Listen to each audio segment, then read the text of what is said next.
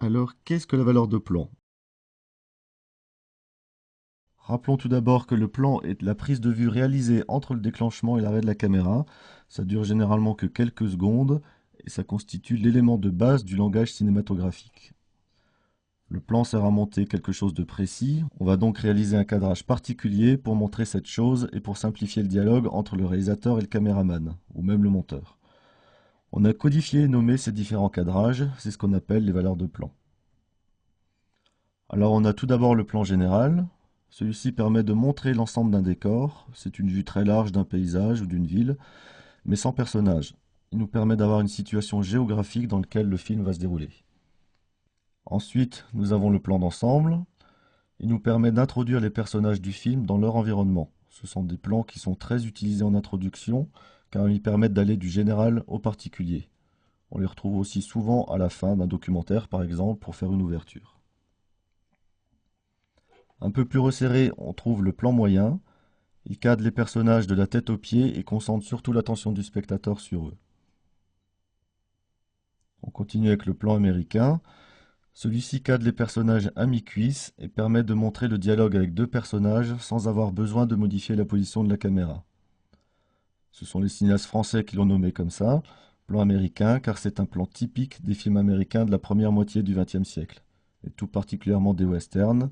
Comme ça, on pouvait voir le revolver à la ceinture des cow-boys dans son intégralité. Après le plan américain, on a le plan rapproché. Alors le plan rapproché est souvent séparé en deux. On a d'abord le plan rapproché taille et le plan rapproché poitrine. Le plan rapproché taille cadre les personnages à la ceinture et montre ce qu'ils font et ce qu'ils disent sans pour autant aller trop dans les détails. À partir de ce plan, on a une certaine intimité qui se crée. On va isoler les différents protagonistes, ce qui permet de mieux lire leurs réactions sur le visage, mais aussi le mouvement de leurs épaules.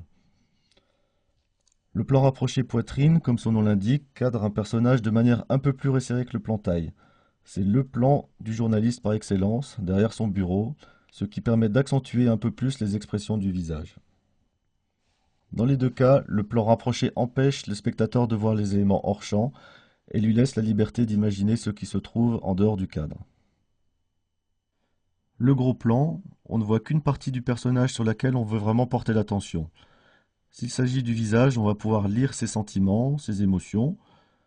Pour le spectateur, cela favorise l'identification au personnage, ou au contraire son rejet s'il s'agit d'un méchant. Le très gros plan, il ne montre qu'un seul élément, un détail du visage par exemple. Il est généralement très court et permet d'attirer l'attention sur un détail important qui sert à la progression de l'histoire. Par exemple, un indice sur une scène de crime. Donc voilà, nous avons vu les différentes valeurs de plan qui vont nous permettre de raconter une histoire. Avant de finir avec ce chapitre, je vais rapidement vous parler d'autres plans dont vous pouvez entendre parler. On commence par le plan séquence. Alors tout d'abord, qu'est-ce qu'une séquence? Eh bien, c'est une suite de plans situés dans un même lieu à un temps donné.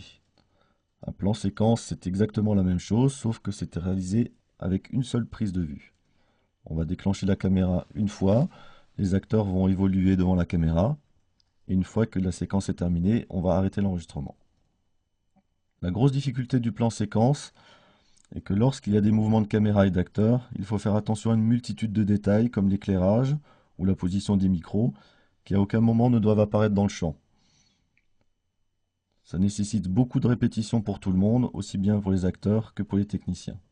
On peut citer un exemple, le film d'Alfred Hitchcock, La Corde. Bien qu'il donne l'impression d'être un plan séquence, en fait c'est une succession de 11 plans différents.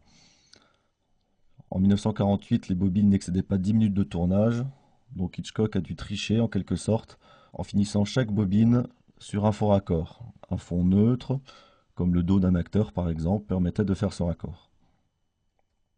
Alors vous pouvez vous amuser à regarder ce film, à essayer de trouver tous les raccords, sachant qu'il est composé de 11 vrais plans.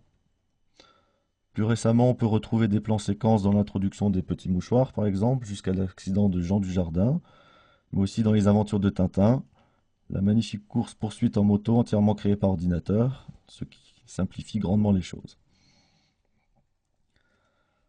Alors nous avons aussi le plan de coupe. C'est généralement un gros plan qui n'a pas vraiment une utilité particulière pour la narration de l'histoire. mais qui permet de dynamiser une scène ou de faciliter un raccord difficile à faire. Alors n'hésitez pas à multiplier les plans de coupe pendant un tournage, ça sera toujours utile au moment du montage. Pour finir, le plan d'insert, c'est un gros plan qui permet d'introduire un élément très important de l'histoire. Un objet qui tombe de la poche d'un personnage, par exemple. Beaucoup de réalisateurs utilisent le plan d'insert en début d'intrigue, l'oublient volontairement tout au long du film pour y revenir à la fin et on peut créer comme ça un effet de surprise ou un retournement du scénario. Voilà, maintenant que vous connaissez les plans et leur utilité, on va parler un petit peu de la caméra.